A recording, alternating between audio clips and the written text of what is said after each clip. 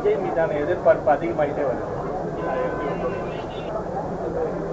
திரு விஜய் அவர்கள் பற்றி உங்கள் போல ஊடகத்தில் உள்ளவங்க, இந்த போல் ஸ்டார்ஸ்லாம் இருக்காங்கல்ல, நிறைய பேர் அனுபவம் மிக்கவர்கள், எல்லார் கருத்துக்களையும் நாம் ஊடகங்கள்லையும் அவங்கள்ட்ட பேசுகிறப்ப கேட்குறோம்.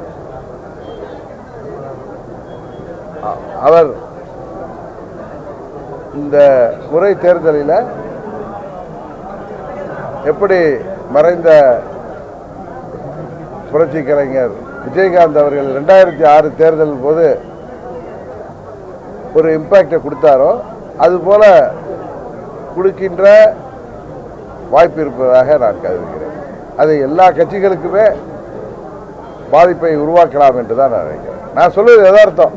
அதுக்காக கூட்டணி போகிறேன், அதனால் நான் ஒன்று பேசுகிறேன். நான் எப்போ யதார்த்தத்தை பேசுகிறவன். ஏன்னா நான் கேள்விப்படுறதும் நிறைய இடங்களில் உங்கள் போல ஊடக நண்பர்கள்லாம் போகிற இடங்களில் சொல்வதும், இந்த பல இடங்களில் சர்வே எடுப்பவர்கள் சொல்வதை பார்த்தா 2006 தேர்தல் போல ஏதோ ஒரு இம்பேக்டை உருவாக்கலாம் என்று நான் நினைக்கிறேன்.